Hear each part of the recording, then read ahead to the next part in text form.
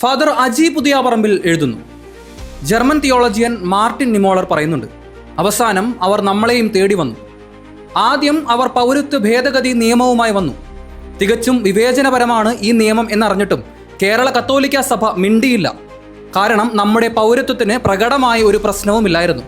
പിന്നീട് അവർ സ്റ്റാൻ സ്വാമി എന്ന വൃദ്ധ വൈദികനെ അന്യായമായ കള്ളക്കേസിൽ കുടുക്കി ജയിലിൽ അടച്ച് ദാഹജലം പോലും കൊടുക്കാതെ കൊന്നു.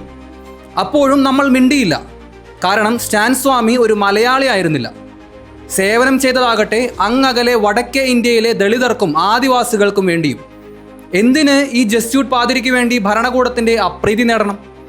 സ്റ്റാൻ സ്വാമിയുടെ കാര്യത്തിൽ നിശബ്ദത പാലിച്ചില്ലെങ്കിൽ നിങ്ങളുടെ പല കേസുകളുടെയും കാര്യത്തിൽ ഭരണകൂടവും മിണ്ടാതിരിക്കില്ല എന്ന മുന്നറിയിപ്പ് വേറെയും.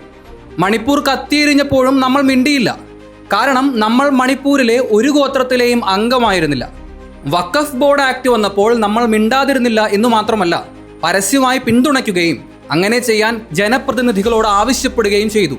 കാരണം വഖഫ് നിയമം നമ്മളെ തെല്ലും ബാധിക്കുന്നതായിരുന്നില്ല. അവർ നിരവധി പാസ്റ്റർമാരെ ആക്രമിക്കുകയും അന്യായമായി അറസ്റ്റ് ചെയ്ത് തുറങ്കിലടക്കുകയും ചെയ്തപ്പോഴും നമ്മളൊന്നും മിണ്ടിയില്ല. കാരണം നമ്മൾ പ്രൊട്ടസ്റ്റന്റുകാരല്ലായിരുന്നു. അവർ ഡൽഹിയിൽ കുരിശിന്റെ വഴി നടത്താൻ അനുമതി നിഷേധിച്ചപ്പോഴും നമ്മൾ മിണ്ടിയില്ല. കാരണം നമ്മൾ ഡൽഹിയിലെ കത്തോലിക്കർ അല്ലായിരുന്നു. അവസാനം ഛത്തീസ്ഗഡിലെ ദുർഗിൽ നമ്മുടെ സഹോദരിമാരെ സിസ്റ്റർ വന്ദന ഫ്രാൻസിസ്, സിസ്റ്റർ പ്രീതി മേരി എന്നിവരെ പരസ്യമായി ആൾക്കൂട്ട വിചാരണ നടത്തി കള്ളക്കേസിൽ കുടുക്കി ജയിലിലടച്ചപ്പോൾ നമുക്ക് മനസ്സിലായി അവർ നമ്മളെയും തേടി വന്നുവെന്ന്. ഇനിയെങ്കിലും ഉറച്ച ശബ്ദത്തിൽ ഒന്ന് മിണ്ടിക്കൂടെ?